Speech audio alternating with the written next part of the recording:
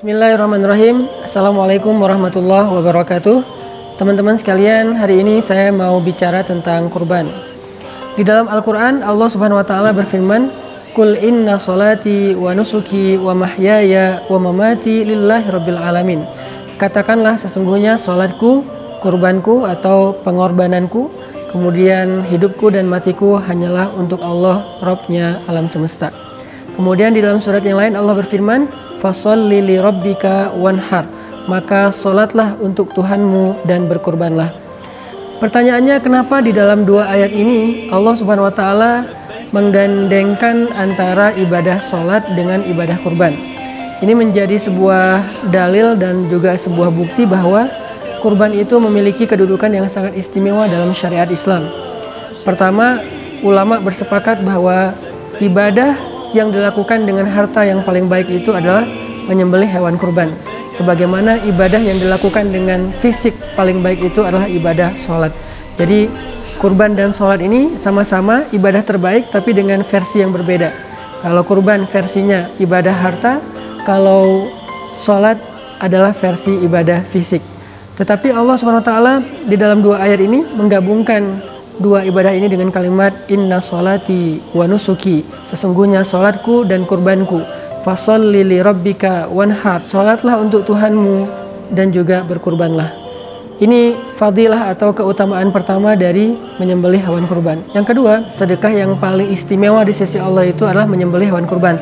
Sampai sebagian ulama berpendapat menyembelih hewan kurban bagi yang punya kemampuan itu hukumnya wajib. Walaupun ini bukan pendapat mayoritas ulama, tapi sampai ada yang berpendapat demikian karena memang ayat-ayat tentang kurban ini cukup tegas dan juga cerita tentang kurban ini luar biasa.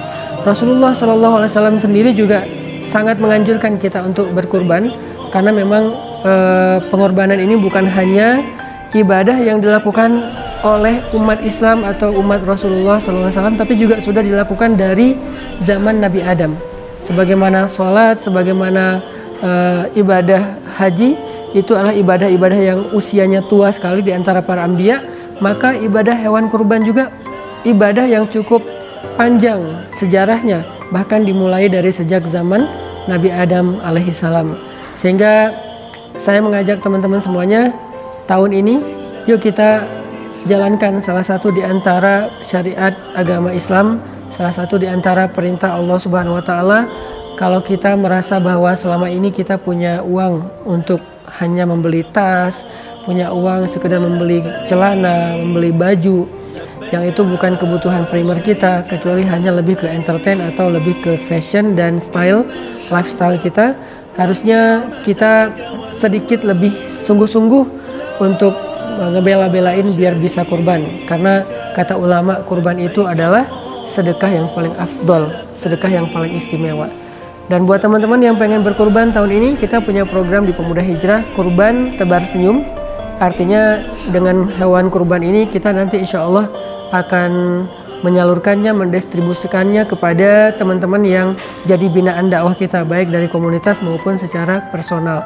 Dan lewat program Kurban Pemuda Hijrah ini juga kita pengen nanti sebagian dari hasil keuntungan dagang hewan kurban ini akan kita pakai untuk membangun asrama tahfiz Al-Quran di pesantren Pemuda Hijrah.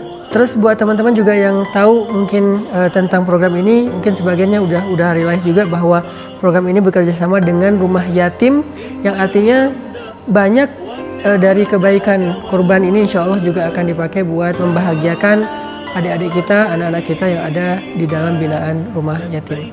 Mudah-mudahan tahun ini Allah Subhanahu wa Ta'ala memberikan kita kenikmatan syiar Islam lewat berkurban, sebagaimana kurban ini dicontohkan oleh Rasulullah SAW dan diteladani oleh banyak sahabat dan juga banyak kaum muslimin sampai hari ini.